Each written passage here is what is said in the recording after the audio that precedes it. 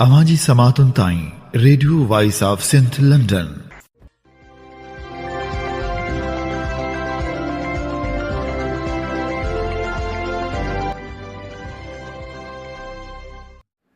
आम्ही ॿुधी रहिया आहियो radio voice of Sindh London. अवांजी ख़िदमत में प्रोग्राम पेश कजे थो ख़बरुनि जी दुनिया। 19 सितंबर 2025 जुमे जे ॾींहुं प्रोग्राम ख़बरुनि जी दुनिया साण करे आऊं अवांजी ख़िदमत में हाज़िर आहियां पंहिंजो मेज़बान हबीब लगारी। सभ खां पहिरियां पेश करियूं था ख़ासि ख़बरूं। जनेवा में गॾियल क़ौमनि जे इदारे अॻियां वर्ल्ड सिंधी कांग्रेस जो एहतजाज। सिंध में इंसानी हक़नि जे भञकड़ियुनि ख़िलाफ़ फौरी कार्रवाई जो मुतालबो। कॉर्पोरेट फार्मिंग, पाणी ते धाड़े, बदअमनी ऐं करप्शन ख़िलाफ़ क़ौमी अवामी तहरीक पारां अॼु मटियारी में जलसो रथियल। जलसे जूं तयारियूं मुकमिल कयूं वियूं। अवामी तहरीक जे मरकज़ी सदर समेत वफ़द जी अवामी जमहूरी पार्टी जे मरकज़ी सदर ऐं ॿियनि उहिदेदारनि सां मुलाक़ात। 27 आइनी तरमीम समेत मुख़्तलिफ़ मामलनि ते ॻाल्हियूं। सिंधू दरिया में चाढ़, कचे में ज़मींदारी बंद टुटी पिया, दरगाह सईदी मुसाणी पाणी हेठि। SUP जो सदर सैद ज़ैन शाह मोरे वाक़िए जे सियासी क़ैदियुनि सां मुलाक़ात लाइ पहुतो, मुलाक़ात बंदि। सैद ज़ैन शाह चयो आहे त करप्शन खोर हुक्मराननि जी रस्ता रोक करणी पवंदी। हाणे पेश करियूं था तफ़सीली ख़बरूं। वर्ल्ड सिंधी कांग्रेस पारां जनीवा में गॾियल क़ौमनि जे इंसानी हक़नि वारी काउंसिल जे 60हें इजलास दौरान हिकु शानदार मुज़ाहिरो कयो वियो, जंहिं सिंध में थींदड़ संगीन इंसानी हक़नि जे भञकड़ियुनि ॾांहुं आलमी ध्यानु छिकरायो। एहतजाज में जबरी गुमशुदगियुनि, मज़हबी अक़लियतनि सां ज़ुल्मनि, ज़मीन ते ग़ैरक़ानूनी कब्ज़े ऐं सिंधु दरिया ते नवनि वाहन जी अॾावत सबबि थींदड़ माहौलियाती तबाही खे उजागर कयो वियो।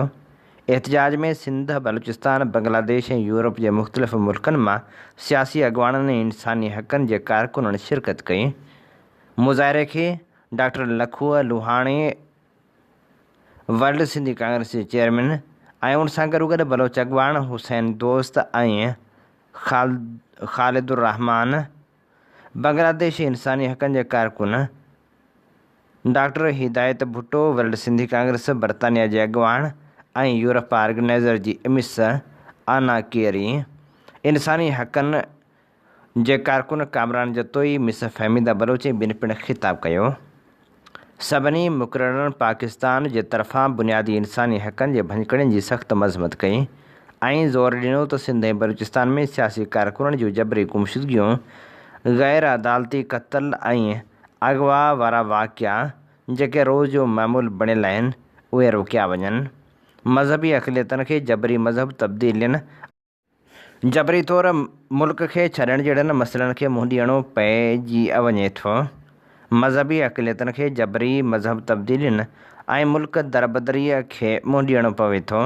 सिंधु दरिया ते नवनि वाहन जी अॾावत माहौल जी तबाही ऐं ज़रख़ेज़ ज़मीनूं तबाह करे रही आहे। इंडस डेल्टा जी बका खे ख़तरे में विझी रही आहे।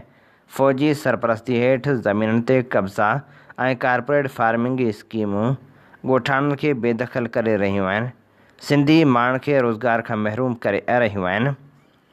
ॻाल्हाईंदड़नि मोरो वाक़िए जी बि सख़्त मज़म्मत कई ऐं उनखे रियासती दहशतगर्दी ऐं सिंधी माण्हुनि जे बुनियादी हक़नि जी वाज़ह भञकड़ी क़रार ॾिनो। एहतजाज में गॾियल क़ौमनि ऐं आलमी बिरादरी खां मुतालबो कयो वियो त जबरी गुमशुदगियूं, ग़ैर अदालती क़त्ल ऐं बेबुनियाद गिरफ़्तारियूं फौरी तौरु ख़तमु कयूं वञनि। ज़िम्मेवारनि खे आलमी क़ानून तहत सज़ा ॾिनी वञे। मज़हबी अक़लियतनि ते ज़ुल्म ऐं दरबदरी खे रोकिजे ऐं मुतासिरनि खे इंसाफ़ ॾिनो वञे। सिंधु दरिया ते नवनि वाहन जी अॾावत फौरी तौर ते रोकी वञे ऐं पाणी जी मुनसिफ़ाणी विरासत खे आलमी मयारनि मूजिबि यकीनी बणायो वञे। ज़मीननि ते कब्ज़ा ऐं फ़ौज या उन जे प्रोक्सीज़ खे ज़राए ते रहाकुनि लाइ ज़मीन ॾियण ते मुकमिल पाबंदी विधी वञे। ॻाल्हाईंदड़नि गलियल क़ौमुनि खां मुतालबो कयो त हिकु हक़ीक़त ॻोल्हींदड़ मिशन जोड़े इन्हनि ॾोहनि जी जांच करे ऐं सिंधी माण्हुनि जे तहफ़ुज़ लाइ फ़ौरी ऐं असराइता क़दम खयां वञनि। वारड सिंधी कांग्रेस ॿीहर पंहिंजे अज़म खे वरजायो त इहा आलमी सतह ते आगाही वधाइण ऐं सिंधी माण्हुनि जे हक़नि जमहूरियत ऐं इंसाफ़ लाइ जदोजहद जारी रखी वेंदी। सिंध यूनाइटेड स्टूडेंट्स फेडरेशन स्याफ मर्कज़ जे सॾ ते सिंध पब्लिक सर्विस कमीशन में करप्शन ऐं मेरिट जे क़त्ल ख़िलाफ़ उमरकोट प्रेस क्लब अॻियां एहतिजाजी कैंप क़ाइमु कई वई। एहतिजाजी कैंप में स्याफ जे मरकज़ी सदर अमर आकाश लाखो, जनरल सेक्रेटरी ज़ुबैर हसन पवर, नायब सदर अरसलान ऐं सिंध यूनाइटेड पार्टी ज़िले सदर गुल बजीर, हाजी सांद, इम्तियाज़ कुंभार, सना सांद, अशफाक सुमरो, बागी शाहिद सांद ऐं अरुण मेघवाड़ शिरकत कई।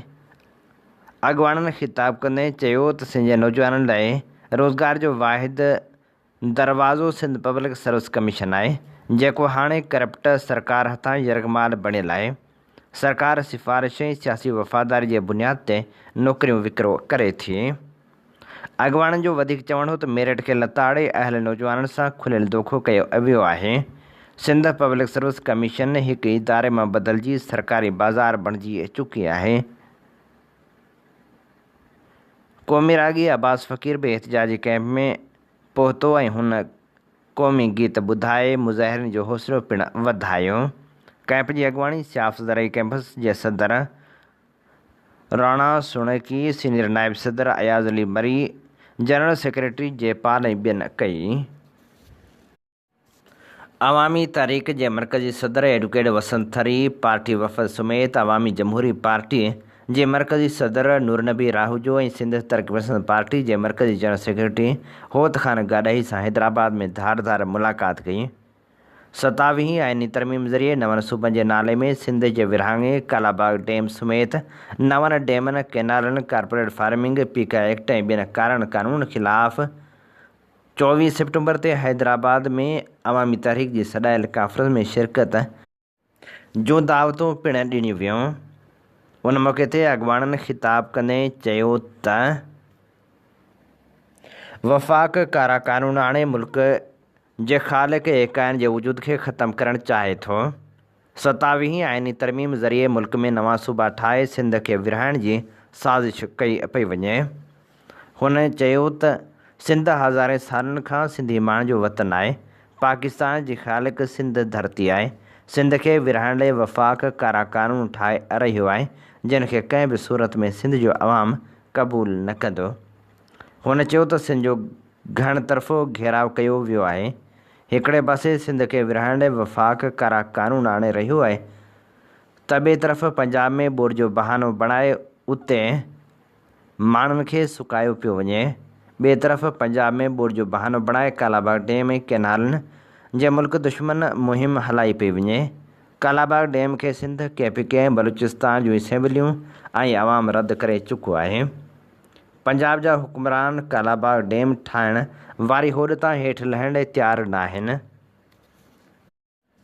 क़ौमी अवामी तहरीक जे मरकज़ी तर्जमान अशरफ अली जे पंहिंजे जारी कयल बयान में चयो आहे त क़ौमी अवामी तहरीक पारां अॼु कॉर्पोरेट फार्मिंग, पाणी ते धाड़े, बदअमनी, करप्शन, मेरिट जी लताड़ ख़िलाफ़ मटियारी बाईपास खां रैली कढी वेंदी, जंहिंजी अॻुवाणी क़ौमी अवामी तहरीक जो सरबराह अयाज़ लतीफ़ पलीजो कंदो। मटियारी शहर जे मेन चौक मेडिकल स्टोर वटि जलसे आम में तब्दील थी वेंदी।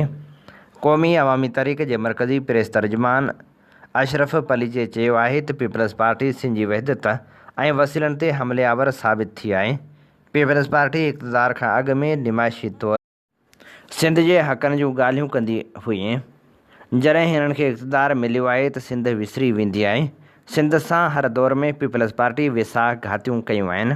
पीपल्स पार्टी पंहिंजे इक़्तिदार खे बचाइण लाइ ज़मीनूं, पाणी, कोयलो, गैस, साहिली पट्टी, ॿेट, कारूंझर ऐं ॿिया इलाइक़ा पिणु कब्ज़े हेठि आणे छॾिया आहिनि। पीपल्स पार्टीअ जा चूंडियल नुमाइंदा ऐं वज़ीर रुॻो करप्शन करण में पूरा आहिनि। सिंध जे अमन, तरक़ी, मेरिट ऐं ख़ुशहाली सां उनजो को वास्तो न आहे। अशरफ पलीजे चयो त सिंधु दरिया ते को बि कैनाल ऐं डैम मुल्क ऐं सिंध जे मुफ़ाद में न आहे। सिंध जा माण्हू बुनियादी तौरु इंसानी सहूलियतुनि खां महरूम बणियल आहिनि। मौजूदा सूरत हाल में सिंध जे सकाफ़त खाते पारां पिणु मिठू सांगड़ाई जी सहायता करणु घुरिजे। सिंधियन नेशनल कांग्रेस जी शागिर्द विंग सिंधियन नेशनल स्टूडेंट्स फेडरेशन पारां सिंध यूनिवर्सिटी में ॿियनि ॾींहंनि लाइ बुक स्टॉल ऐं मेंबरशिप मुहिम लाइ कैंप लॻाई वई हुई। उन मौक़े ते अॻवान जो चवणु हो त सिंधियन कांग्रेस ते सिंधी क़ौम खे एतमाद आहे। नौजवान एतमाद करे सिंधियन नेशनल कांग्रेस में शामिल थी रहिया आहिनि।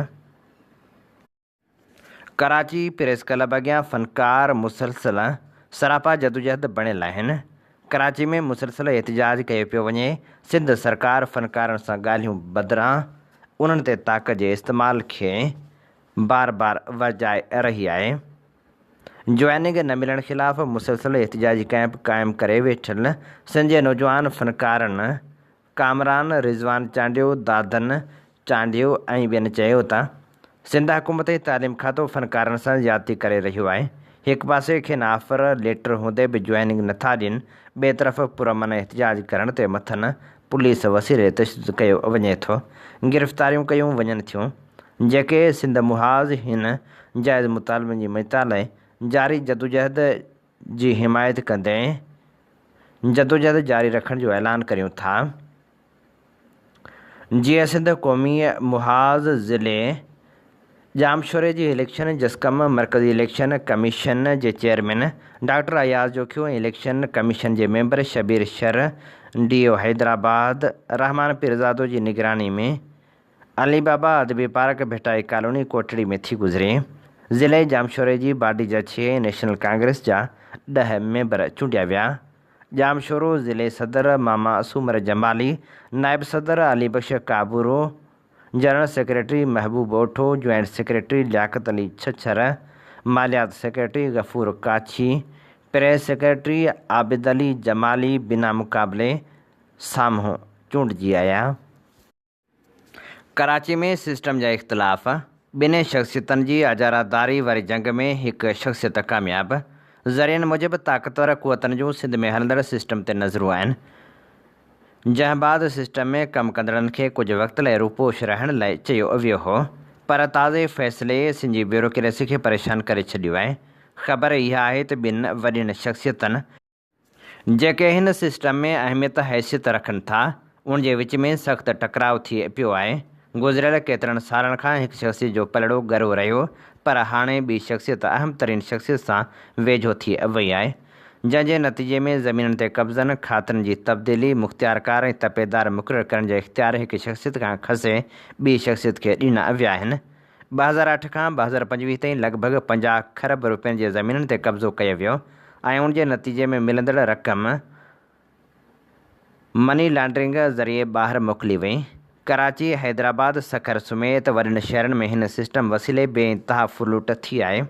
ज़मीननि जे खातनि में एतिरी हेराफेरी थी आहे जो जेकॾहिं तहक़ीक़ात कई वञे त घटि में घटि 5 साल लॻी सघनि था। हाणे फ़ैसिलो थियो आहे त हिकु शख़्सियत खे उमिरि वधण सबबि पासे कयो वञे, जॾहिं त ॿी शख़्सियत खे वधीक सरगर्म रखियो वञे। कराची ओलह ज़िले जो वॾो हिसो हिकु वज़ीर हवाले कयो वियो आहे, जंहिंखे ताक़तवर क़ुवतनि ऐं हिकु अहम तरीन शख़्सियत जो वेझो साथी चयो वञे थो। हूअ कराचीअ जे ज़मीननि जो वॾो बादशाह सम्झो वञे थो। ताज़ो सिस्टम जो ज़िम्मेवारी मिलंदड़ शख़्सियत खे चयो वियो आहे त लाॻापियल सूबाई वज़ीर सां टकराव न करे, छो त ॿई कमाव पुट आहिनि। सिस्टम में सभिनी खे हिसो मिले थो, जॾहिं त कराची में हालत इहा आहे त हिकु तपेदार जेको 5 या 7 ग्रेड जो मुलाज़िम हूंदो आहे, उन जी मुक़ररी या तब्दीली बि सिंध जो अहम तरीन उहिदो रखंदड़ नथो करे सघे। उहो इख़्तियार सिर्फ़ु सिस्टम में शामिल माण्हुनि वटि आहे। उन सबबि कराची में हिकु वॾी मार्केट खुली वई आहे। जेको चाहे ज़मीन ख़रीद करे, चालान कढाए, खातो तब्दील कराए, कमर्शियल या रिहाइशी हैसियत ॾियाराए, सभु कुझु मुमकिन आहे, पर को बि इदारो हथ विझण जी जुरत नथो करे। सैयद ज़ैन शाह मोरो वाक़िए में क़ैद काटींदड़नि सां मुलाक़ात जी कोशिशि कई त जेल इंतिज़ामिया मिलण न ॾिनो। SUP सिंध जे सदर सैयद ज़ैन शाह प्रेस क्लब में प्रेस कॉन्फ्रेंस कंदे चयो त मोरो वाक़िए में शहीद थियल 2 नौजवाननि जेल में क़ैद 54 ॼणनि जे केस जी ॿुधणी हुई उन्हनि खे पेश थियणो हो, जिन खे पेश न कयो वियो। असां ॻोठ लगारी बजाराणी जे ॻोठनि ऐं क़ौमी कारकुन सां यकजहती तौरु आयासीं, पर खेनि अदालत में पेश न कयो वियो। हुन चयो त पंहिंजी धरती ऐं पाणी जी मालिकी करण लाइ निकितल पुरमन एहतजाज ते वेठल कारकुननि मथां रियासत ऐं पीपल्स पार्टी जी ख़ानगी दहशतगर्दी 2 नौजवान शहीद कया ऐं ॿियनि ते कूड़ा केस दाख़िल करे छॾिया, जिन खे मुख़्तलिफ़ जेलनि में क़ैद कयो वियो आहे। हुन चयो त जाली इलेक्शन ज़रिए आयल हुक्मरान वसीलनि जी लुटमार में रुधल आहिनि, जिन आवाम जो जीअण जंजाल करे छॾियो आहे। कुझु सियासी पार्टियुनि खे सियासत करणु ॾिनी पई वञे त वरी ॿियनि सियासत करण खां रोकियो वियो आहे। पंहिंजी धरती ऐं वतन जे दिफ़ा कंदड़ मालिकनि खे यरगमाल बणायो वियो आहे, पर असां क़ौमी कारकुननि खे अकेलो न छॾींदासीं। हुन वधीक चयो त मोरो वाक़िए जे सियासी क़ैदियुनि जी मुलाक़ात बंदि करे उन्हनि खे हिरासत कयो वियो आहे। म्यूज़िक टीचरनि खे सरदार शाह कूड़ा ऑफर लेटर ॾिना। ग़रीब फ़नकार डंडा हणी ज़ख़्मी कया विया आहिनि। फ़नकारनि खे तशदुद करे हुननि ॼण त सिंध फ़तह करे वरिती आहे। असां सख़्तु लफ़्ज़नि में मज़मत करियूं था। कठपुतली करप्शन खोर हुक्मरान जी रस्ता रोक करणी पवंदी। उन मौक़े ते नायब सदर रोशन बुरडो, असलम कोरीजो, रज़ा बीहण ऐं ॿिया पिणु मौजूदु हुआ। सिंधु दरिया में सखर बैराज ते चाढ़ बरक़रार आहे, जंहिं सबबि कच्छ जो वॾो इलाइक़ो ॿुॾी वियो आहे।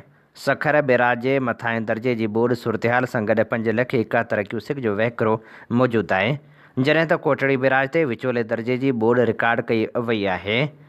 कंदकोट में ॿोॾि जे पाणी सबबि 80 खां वधीक ॻोठ पाणी हेठि अची विया आहिनि।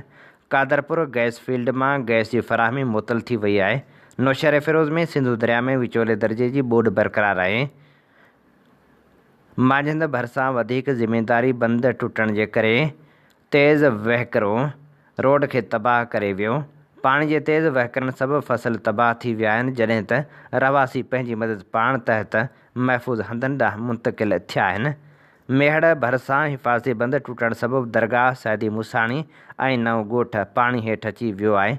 दादू ऐं सेवण जा केतिरा ई इलाइक़ा पिणु पाणी हेठि अची विया आहिनि। मलीर बार पारां फेडरेशन वफ़ाक़े जा दुनियादर मॉडल इनकार ऐं नुक़सान जा सबब ऐं आइंदा जो लाहे अमल जे उनवान हेठि सेमिनार मुनक़िद कयो वियो। सेमिनार में नामियारे क़ानूनदान, लेखक ऐं दानिश्वर जामी चांडियो ख़िताब कयो। सेमिनार में शरीक वकीलनि पारां नामियारे क़ानूनदान जामी चांडियो खां सवाल ऐं जवाब पिणु कया विया। उन मौक़े ते ख़िताब कंदे जामी चांडी चयो त असां वटि मुसलसिल वफ़ाक़ियत जे निज़ाम खे इनकार कयो वञे थो। वफ़ाक़ी निज़ामनि लाइ सूबनि जे बाइख़्तियार हुजण जी ज़रूरत आहे। नान सिविलियन इदारनि खे सिविलियन इदारनि जे मातहत ऐं पंहिंजे हदनि में कमु करणो पवंदो। ताक़तवर बणिजण लाइ सूबनि जा पंहिंजा कानून, कोर्टूं ऐं सुप्रीम कोर्टूं हुजणु घुरिजनि। जामशोरे में लियाकत कॉलेज ऑफ नर्सिंग जी शागिर्दनि पारां एहतिजाजी मुज़ाहिरो करे धरणो हंयो वियो। इंटर्नशिप न मिलण ख़िलाफ़ कॉलेज खां जामशोरो फाटक ताईं रैली कढी एहतिजाजी मुज़ाहिरो कयो वियो। शागिर्दनि जो चवणु हो त मुल्क जे ॿियनि सूबनि में त बेड इंटर्नशिप ॾिनी थी वञे, पर सिंध सूबे वारनि खे नथी ॾिनी वञे। हुन मुतालबो कयो त फ़ौरी तौर ते असांखे ॾिनी वञे। ओडेरे लाल स्टेशन ऐं भरपासे में बदअमनी ख़तम थी न सघी आहे। ओडेरे लाल स्टेशन भरिसां घर मां लखे रुपयनि जो धाड़ो हंयो वियो। मुतासिरनि एहतिजाजी मुज़ाहिरो पिणु कयो। ॻोठ बचल हिंगोरो में शबीर ख़ान हिंगोरो जे घर में खाट हणी सामान चोरी कयो वियो। मुतासिरनि पारां एहतिजाज कयो वियो। मुतासिरनि जो चवणु हो त चोरियूं ऐं फुरूं रोज़ जो मामूल बणिजी वियो आहिनि। पुलिस अमन कराइण में नाकाम थी चुकी आहे। SSP मटियारी नोटिस वठी चोरी वापसि कराए। जसाफ़ शहीद बशीर ख़ान कुरैशी ग्रुप जे शागिर्दनि शाह अब्दुल लतीफ़ यूनिवर्सिटी तरफ़ां लतीफ़ यूनिवर्सिटी में जाली डिग्रियुनि जे कारोबार, लैपटॉप ऐं हेक स्कॉलरशिप में बदतरीन सिफ़ारिश ऐं पंहिंजा नवाज़ी नाजाइज़ ट्रांसपोर्ट फ़ीस उगाड़ी ख़िलाफ़ एहतिजाजी मुज़ाहिरो कयो। उन मौक़े ते शागिर्दनि जो चवणु हो त आम शागिर्द हिक सर्टिफिकेट लाइ केतिरा ई महीना रोड़े जो शिकार रहे थो। जाली डिग्रियूं ऐं सर्टिफिकेट कढी कारोबार कयो वञे थो। इख़्तियारियूं नोटिस वठी शफ़ाफ़ जांच कराए इंसाफ़ फ़राहम करण में मदद कनि। सिंधी शागिर्द तहरीक तालीमी इदारनि खे खानगाइण ऐं फ़ीसनि में वाध सूदो तालीम जी तबाही ख़िलाफ़ 26 सेप्टेम्बर ते सिंध जे मुख़्तलिफ़ शहरनि में एहतिजाजी मुज़ाहिरनि ऐं हैदराबाद में कॉन्फ्रेंस कोठाइण जो ऐलान करे छॾियो आहे। सिंधी शागिर्द तहरीक जे मरकज़ी सदर नवीद अब्बास कल्होड़े हैदराबाद प्रेस क्लब में अली रज़ा जलबाणी, मुख़्तियार गांची ऐं ॿियनि सां गॾु प्रेस कॉन्फ्रेंस कंदे चयो त सिंध हुकूमत पब्लिक प्राइवेट पार्टनरशिप तहत तालीमी इदारनि खे खानगाहे ग़रीब ऐं पोर तबिके जे माण्हुनि जी औलाद लाइ तालीम जो हक़ खसे रही आहे। ॿिए पासे सिंध पब्लिक सर्विस कमीशन जहिड़नि इदारनि में करप्शन ऐं पंहिंजा नवाज़ पॉलिसी सबबि नौजवान नस्ल में मायूसी फैलिजी रही आहे।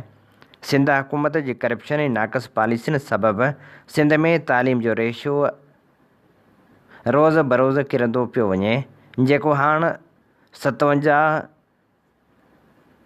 ते अची वियो आहे। जॾहिं त $1 लख इल्मी फंडिंग बावजूदि सिंध जा 8 लख खां वधीक ॿार स्कूलनि खां ॿाहिरि आहिनि।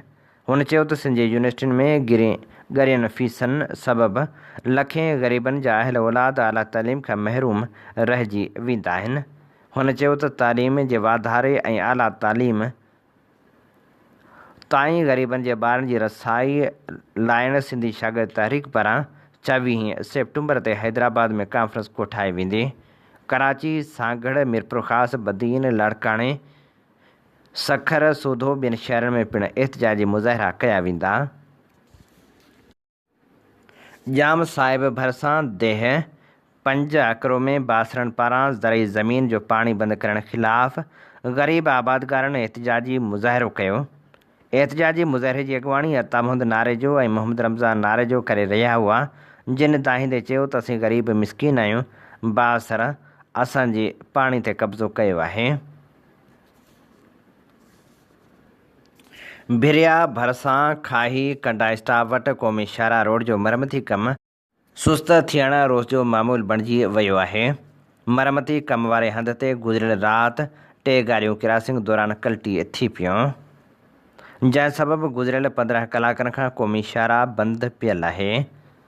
मीर मोहम्मद सहतो जी रिपोर्ट मूजिबि पहिरियों हादिसो ख़ैरपुर खां पथर खणी ईंदड़ ट्रैक्टर ट्राली ऐं ट्रालर विच में थियो, जॾहिं त ॿियो हादिसो हैदराबाद खां काबिल केला खणी वेंदड़ ट्रक कल्टी थियण सबबि पेश आयो। मुसलसिल हादिसा थियण करे गाॾी मालिकनि खे लखें रुपयनि जो नुक़सानु थी रहियो आहे। गुज़िरियल 15 कलाकनि खां रोड बंदि हुजण सबबि मुसाफ़िर गाॾियूं ऐं गाॾियुनि में वेठल औरतूं परेशानी जो शिकार आहिनि। उन मौक़े ते अवाम पारां चयो वियो आहे त रोड जी हिकु साइड 60 किलोमीटरनि ताईं बंदि आहे। ट्रैफ़िक सबबि मुसाफ़िरनि खे परेशानियूं आहिनि। हादिसा मामूल बणियल आहिनि। रोड जो फ़ौरी तौर ते मरमती कमु करायो वञे। टंडे मोहम्मद ख़ान जे मकानी इदारनि जे मुलाज़िमनि जो ज़िले काउंसिल में 15 मुलाज़िमनि जी पघार बंदि थियण ऐं पघारनि मां कटौती ख़िलाफ़ एहतिजाज। डिप्टी कमिश्नर ऑफिस आॾो कयल एहतिजाजी मुज़ाहिरे जी अॻुवाणी जाबिर पीरज़ादो, अब्दुल जब्बार मेमण, अरसलान भट्टी, आमजद मेमण ऐं ॿिया करे रहिया हुआ। उन मौक़े ते अॻुवाण चयो त ज़िले काउंसिल जे 15 मुलाज़िमनि जी बिना जवाज़ माहिवार पघार बंदि करे खेनि महांगाई जे दौर में फ़ाक़ा कशी ते मजबूर कयो वियो आहे। मुलाज़िमनि जे पघारनि खे फ़ौरी तौर बहाल कयो वञे, कटौती कयल रक़म बि वापसि ॾिनी वञे। ॿी सूरतहाल में एहतिजाज जो दाइरो वधायो वेंदो। सिंध तरक़ी पसंद पार्टी जे कारकुननि पारां सिंध में वधंदड़ बदअमनी, जुआ, मंशात ऐं बेरोज़गारी ख़िलाफ़ एहतिजाजी मुज़ाहिरो कयो वियो। मुज़ाहिरीन अवामी प्रेस क्लब पहुची सख़्त नारेबाज़ी कंदे एहतिजाज रिकॉर्ड करायो। मुज़ाहिरे जी अॻुवाणी मोहम्मद हयात तुनियो, दिलबर पेचुहो, परवेज़ बुरड़ो, असगर चोलियाणी ऐं ॿिया करे रहिया हुआ। उन मौक़े ते अॻुवाणनि ॻाल्हाईंदे चयो त सिंध अंदरि हथरादू तौरु बदअमनी ऐं पुलिस जी सरपरस्ती में जुआ, मंशात विकिरो थी रही आहे, जंहिंसां सिंध जो नौजवान नस्ल तबाह थी रहियो आहे। मंशात फ़रोश केतिराई ख़ानदान उजाड़े छॾिया आहिनि। पाबंदी बावजूदि इदारनि में करप्शन ऐं ॻरी रिश्वत एवज़ विकिरो आम बणियल आहे। आफ़ीसर सख़्ती बाद डीलर खे तहफ़ुज़ ॾेई नाले मात्र नशो वापराईंदड़नि मवालियुनि खे गिरफ़्तार करे खाना पूरी करे रहिया आहिनि। हुननि मुतालबो कयो त कानून जे इदारनि खे अपील करियूं था त सिंध अंदरि मंशियात ऐं जुआ जे ख़ात्मे लाइ फ़ौरी तौर ते क़दम खंया वञनि। सकरंड पुलिस कार्रवाई कंदे हिकु नारी खे गिरफ़्तार करे वरितो आहे। नारी नाज़गुल उर्फ़ जीजी रिंद खे गिरफ़्तार कयो वियो, जॾहिं त पुलिस पारां मंशियात हथ करण जी पिणु दावा कई वई आहे। पुलिस जो चवणु हो त नारी नाज़गुल उर्फ़ जीजी रिंद वॾे अरसे खां मंशियात विकिरो कंदी हुई। टंडे मोहम्मद ख़ान में शीदी बिरादरी पारां एहतजाज कयो वियो। हथियार बंदन हथां तैमूर शीदी ऐं साजिद कमराणी जे ज़ख़्मी थियण बाद जवाबदारनि जी गिरफ़्तारी लाइ एहतजाजी मुज़ाहिरो कयो वियो। उन मौक़े ते हुननि चयो त हथियार बंदन हथां ॿिनि नौजवाननि खे गोलियूं हणी ज़ख़्मी कयो वियो आहे। वधीक नुक़सान खां बचाव आहे। हुननि मुतालबो कयो त फ़ौरी तौर ते जवाबदारनि खे गिरफ़्तार कयो वञे। सखर ऐं भरपासे वारनि इलाइक़नि में कणिक ऐं अटे माफ़ियाउनि जो राॼ बरक़रार आहे। सखर में अटे जो बुहरान शिदत इख़्तियार करे वियो आहे। ग़रीब माण्हू त मानी लाइ ॼण मुहताज थी वियो आहे। इंतिज़ामिया तोड़े वस वारा ख़ामोश तमाशाई बणियल आहिनि। आवाम जा सिंध हुकूमत तोड़े इंतिज़ामिया खे पिटूं पारायता ॾींदे इहे ई मुतालबा साम्हूं अची रहिया आहिनि त फ़ौरी तौर ते अटे जो बुहरान ख़तमु करायो वञे। कराची में म्यूज़िक टीचरनि ते पुलिस पारां तशदुद करणु, साज़ भञण ऐं शाह जो रिसालो इचलाइण ख़िलाफ़ नौशर फ़िरोज़ जे फ़नकारनि ऐं शाइरनि एहतजाजी मुज़ाहिरो कयो। अलाहवारी चौक खां एम ज़फ़र फ़नकार वेलफेयर जे अॻवान फ़क़ीर एजाज़ ख़ासकेली, शमन अली ॾहराज, सुल्तान समो, सजाद ख़ासकेली, यूनस राजपर, रईस राजा सोलंगी ऐं ॿिनि जी अॻवाणी में एहतजाजी मुज़ाहिरो कयो वियो।